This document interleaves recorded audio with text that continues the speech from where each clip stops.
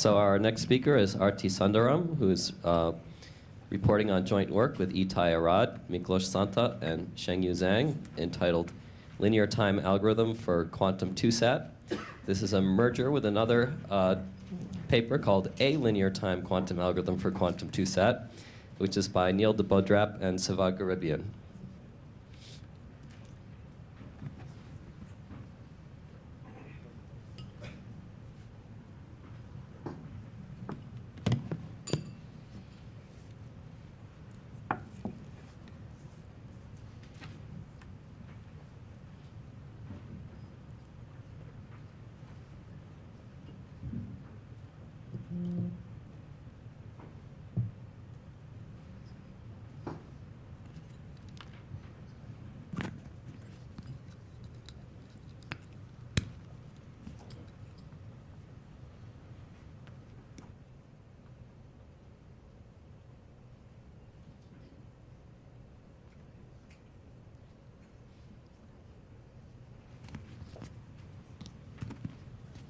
Sorry about the setup.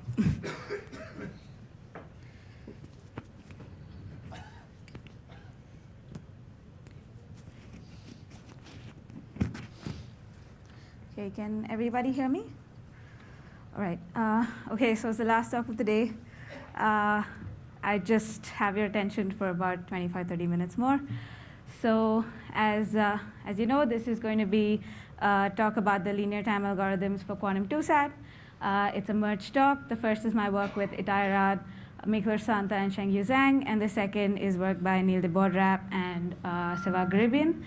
And I'll try and give an intuition about both the algorithms that are there, where they are similar and where they diverge as we go along. Of course, the first thing we want to know is, why is quantum 2-sat an interesting problem in itself? Not only is it a generalization of SAT, which is a canonical problem in complexity theory classically, it's also connected to the local Hamiltonian problem, which we know has implications in condensed matter physics, where the ground state is important for us to understand what happens at low temperatures and so on and so forth. So it is a pretty important problem, and it's also canonical in quantum complexity theory in that sense to understand what's going on. So to set it up, we start off with understanding what classical 2-sat is. It's basically a Boolean formula, a CSP as Ashley defined in the previous talk. It has n variables, m clauses, and each clause that you have is just an OR function of at most 2 literals. So either the variable xi or its negation xi bar. And our goal is that we want to find an assignment that evaluates the whole formula to true. So in this example, you can simply see that we have 4 variables, 5 clauses, and setting 1, 0, 1, 1 automatically sets the formula to true, because the first variable has been set x1 is 1, the second one, x2, has been set to 0, so x2 bar is true, and so on and so forth. Now, there exist many algorithms that we know for 2-sat classically, and 2 of them that I want to draw your attention to will be the one by Itai and Shamir from 1976. As we also saw what backtracking was previously, this is a backtracking-based algorithm. The idea is to find an assignment for one of the variables and then resolve it for the rest of them in the system. And the second by Aspvall, Plass, and Tarjan from 1979, which works on finding strongly connected components in directed graphs. So the reason I'm interested in these 2 is because the algorithms I'll talk about later on are like quantum variants or analogs of this model. And interestingly, both of these have a linear running time, order of n plus m. So then now, what is quantum 2-sat? It's basically a 2-local Hamiltonian that's defined on n qubits, has m local terms, and each local term is a projector which acts non-trivially on 2 of the qubits, u and v in this case. So in the example, you can see that we have pi 1, 2, 2, 3, and 3, 4, and we have a rank 2 projector that acts on qubits 1 and 2, rank 1 projectors acting on 3 and 4, and 2 and 3. Now, for the sake of notation, when we deal with rank 1 projectors, if the state that defines the projector is entangled, we call it an entangled constraint. And if it's a product state, then we call it a product constraint. So what do we want to do with this? Now, the smallest eigenvalue of this Hamiltonian is defined as its ground energy, and we know that its corresponding eigenvector is nothing but the ground state. Our goal here is going to be to output a ground energy when the ground energy is 0. I mean output a ground state when the ground energy is 0, our solution. Or you want to say it's unsatisfiable otherwise. Previously, we already know it's in polynomial time. So there existed an order of n to the 4 time algorithm by Bravyi, which worked on finding transitive closures in a directed graph. To put it in context, for k greater than or equal to 3, we know that quantum k-sat is QMA1 complete, which is basically the quantum analog of NP with one-sided error. What our results say now is we have two optimal linear time algorithms for quantum 2-sat, and this is with respect to the number of operations you do on complex numbers. The first is going to be the variant of the even Itai Shamir algorithm, and we want to infer an assignment to a qubit, and the idea is to then propagate it throughout the system. So we'll define what I mean by this propagation later on. And the second is going to be an analog of finding the strongly connected components, and it uses the notion of transfer matrices. So you can think of these as a map which takes one vector to another one. In some sense, it's related to the projector of the 2 qubits that you want to find the right assignment on. And it's also been introduced in work by Laumann et al. When they were studying random quantum sat instances, and also by Bravyi's original work as well. So what gives us the speed up in this case? So the previous algorithm by Bravyi, when you find a transitive closure, all you're doing is, if you consider a triple of qubits ij, k, and there's a constraint on qubits ij and a constraint on qubit jk, you add what you call an implied constraint on qubit I and k. So this is going to take order of n cube time already, just the basic pre-processing, because you have to consider every triple that exists. And then finally, when you want to find an assignment, it's going to require you to manipulate the instance globally and work on it to find a solution. In both of the algorithms today, we analyze only a small part of the instance. So we look at it locally, manipulate it with just local operations around a small part of it. And the more interesting thing is, once a local area has been solved for, let's say, a small part of the instance, you can decouple it from the rest of the system and move on, which is in some sense very similar to what happens classically as well, right? Once you set an assignment to where one clause is true, you can forget about it and look at the other clauses. So that's what happens. And of course, these are governed mostly by doing a breadth first search or depth first search on a graph, which I'll define the graph later on. And in that sense, that's where the linear time flavor comes across. OK, so what are the building blocks we're going to use? Without laws of generality, we can assume that our Hamiltonian has only rank 1 and rank 3 constraints. Every instance can be reduced to this in a very easy way. And now we come to the graph, which we call a constraint graph. So it's defined as having n vertices, each of which represented by a qubit. And in the example, you can see we have 4 vertices. And each edge is labeled by the projector that acts on it. So pi 1, 2, pi 2, 3, and pi 3, 4 in this case. So it's in polynomial time. So that means that the ground state has a simple description, right?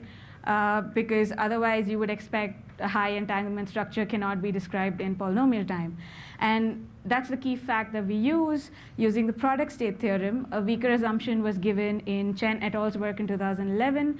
And the specific form that we use states that any quantum 2-sat instance, which is satisfiable, has a ground state, which is a tensor product of only 1 qubit and 2 qubit states. In fact, the 2 qubit state can appear only in the support of a rank 3 constraint.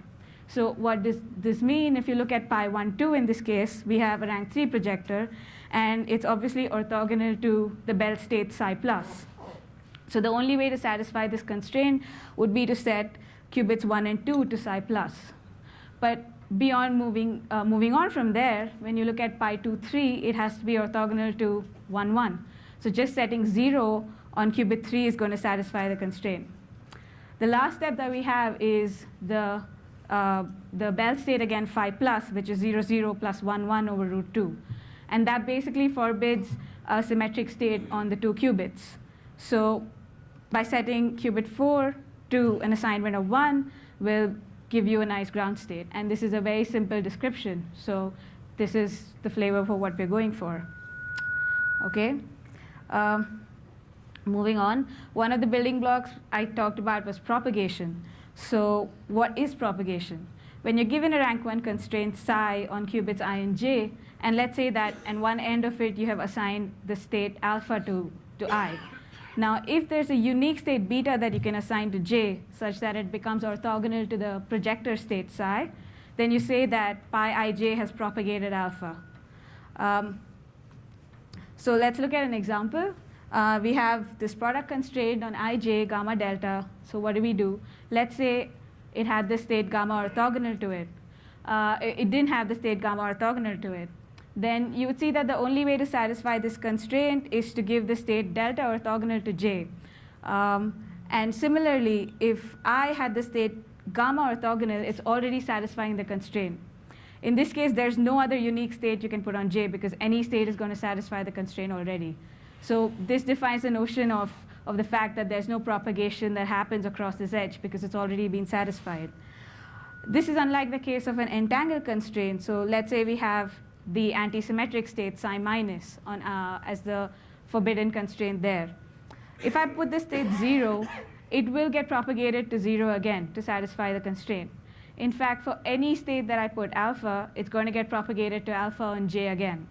So the takeaway from this is that a product constraint may get satisfied by just assigning something on one endpoint and will not propagate, but an entangled constraint is always going to be propagating values as far as possible.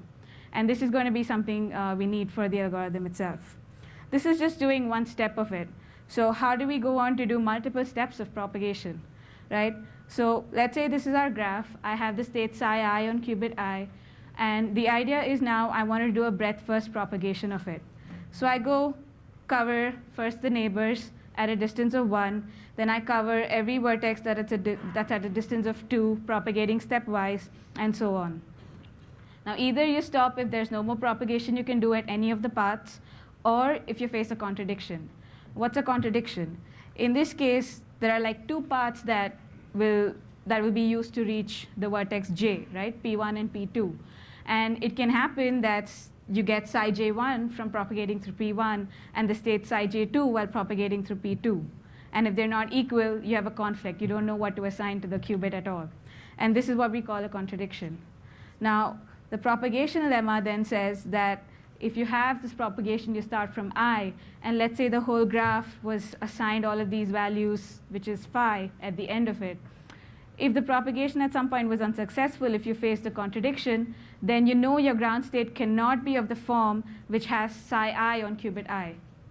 However, if it was successful, then you know that every step has been propagated correctly, so your solution could be of the form psi I tensored with phi, tensored with whatever else on the rest of the system. But this means that now you can decouple this part of the graph from the rest of the system and reduce the size of the problem. And this is what helps in giving that linear time flavor and in giving you a kind of local operations that you can do just on a part of the graph. OK, moving on to the sketch of the algorithm itself, we can break it up into 2 big parts. One part which deals with rank 1 product constraints and rank 3 constraints, and the second part which deals with rank 1 entangled constraints, which is a little more involved. OK, so when you have rank 3 constraints, it's actually simple, because the complete space of 2 qubit, the complete space for 2 qubits is just rank 4. So there's only one guy who's going to satisfy, or one state that's going to satisfy this constraint. So just assign that. You're done, and try and propagate it as much as possible. When you have a product constraint, though, we want to do a certain tweak. We want to try and do a parallel propagation to save on cost. So what that means is, let's say now I and j have the constraint alpha beta on it. I take 2 copies of the graph. In one copy, I assign alpha orthogonal to I, and on the other copy, I assign beta orthogonal to j. And now we propagate them stepwise. So let's say we move step 1. So we've covered k in one copy and L in the other. If both of these guys at some point of time were unsuccessful, then game over. There's no way to satisfy the constraint. You're done. However, if even one of them stops, then obviously you want to pay the least cost. So you accept the assignment from the propagation that stops first. In this case, it's a propagation on G0. So you accept that assignment, you decouple it from the rest of the system, and you move on. Now, after doing this for as long as possible, you're left with a system which would have these disjoint connected components, each of which is made up of only rank 1 entangled constraints. So how do we deal with that? You pick any unassigned qubit, you assign a state 0 and try and propagate it. If you face a contradiction, what you have to do is you want to slide along P1 and P2. What do I mean by this? So we know that there are two paths, P1 and P2, from I to J. And sliding is a concept that was introduced initially in Wei and Zhang's work in 2011 when they were trying to characterize the ground space of quantum two-side instances. And it says the following. We have 3-qubit system ijk with pi ij and pi ik. And they say that there exists a constraint on qubits j and k such that the ground space of pi ij plus pi ik is the same as the ground space of pi ij plus pi jk. In effect, it means that any state which satisfies the system on the left will also satisfy the system on the right. So modifying it will help us still find a ground state of the guy on the right, and that will give us a ground state for the guy on the left. So the way we do this is you take the cycle which caused a contradiction. There are two paths. You move the constraints from I slowly all the way down to j until you get these two constraints, pi ij1 and pi ij2. Now we have a rank 2 constraint. To deal with that, we use a key fact that any two-dimensional subspace of a 2-qubit space, C square tensor C square, contains at least one product state. And this can be found in constant time. So when you know that there exists a product state, you can just replace one of the projectors here with that product state. And we know how to solve for a product constraint. So that's the same thing you do.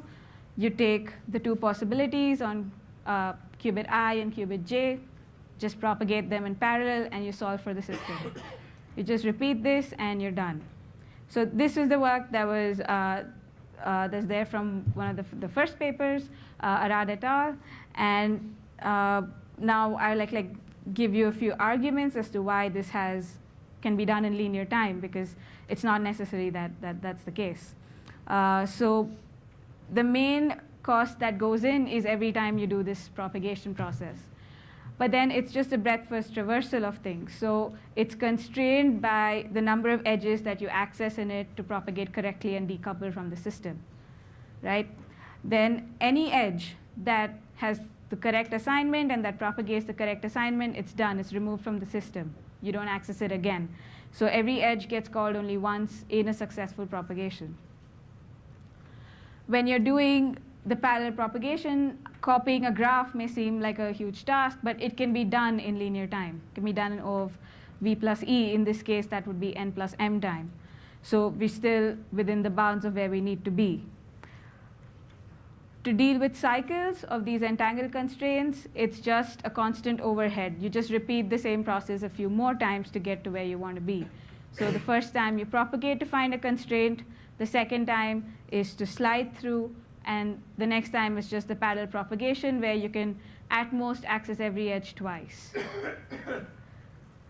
Finally, the sliding operation itself just does it in the length of P1 plus P2, which is the length of a complete cycle. So you're still constrained only by the number of edges you want to access. So it's kind of like an amortized complexity, where you're hitting each edge a constant number of times and finding values by manipulating things, again, in constant time, like 2-qubit state or a projector, which is still a 4x4 matrix, and so on and so forth. Now, the other algorithm by Niel and Sev's paper is giving us an alternate method to deal with entangled constraints. So what they do is slightly different. Every time you have a connected component, you perform a depth-first search. And the idea is to find what is called a discretizing cycle. Now, a transfer matrix is there is a transfer matrix associated to every edge in the graph itself. So we can find one for the whole cycle by just multiplying the transfer matrices of every successive edge there. Like in this case, you multiply the one between I and V1, then V1 and V2, and so on. Now, if this transfer matrix TC had a non-degenerate spectrum, then it's called a discretizing cycle. And what you can do is just find the eigenvectors of TC, and that will allow you to propagate two different values. The eigenvectors will give you two different values to apply to qubit I, propagate them in parallel again, and you would be able to solve for the constraint. So why can this be done in linear time is with the help of their cycle discovery theorem, which says that when you have a constraint graph, which is a quantum two-side instance with only rank 1 entangled constraints, you can do a depth-first search from any vertex. You just have to access each vertex once, and if there's a discretizing cycle, you will find it. Okay. A philosophical difference probably in the method is basically that they do not modify the constraint graph when you're doing or trying to find the discretizing cycle, while the sliding technique can be thought of actually physically moving the constraints around. Okay. Of course, there are a few things that are usually brushed under the rug while dealing with solving for quantum two-sat or ground state instances, and that's the notion of performing operations on complex numbers, which is actually a non-trivial thing. And bit complexity is the way you try to track this, which is basically the number of bitwise operations that are formed in the course of an algorithm. And especially while trying to manipulate algebraic or complex numbers, which could be what the coefficients of our Hamiltonian may have, it's important to also consider this, as any representation could be quite large and non-trivial.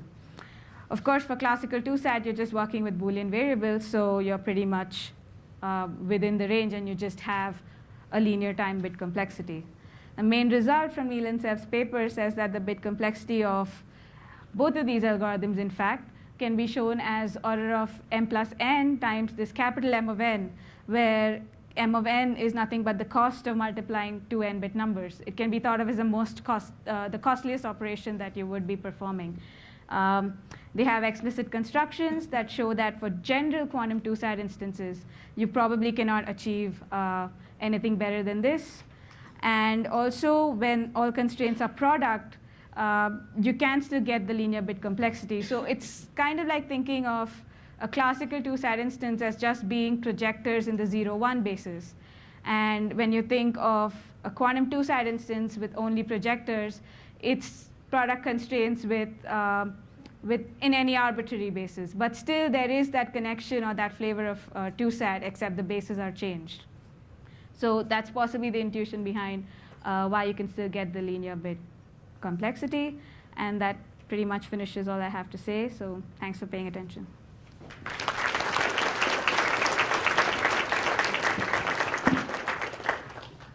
Questions?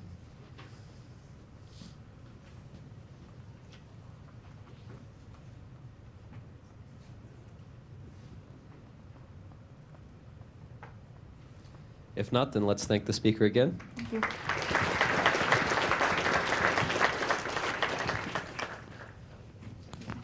Yes. So, okay. Okay, before you go, I'll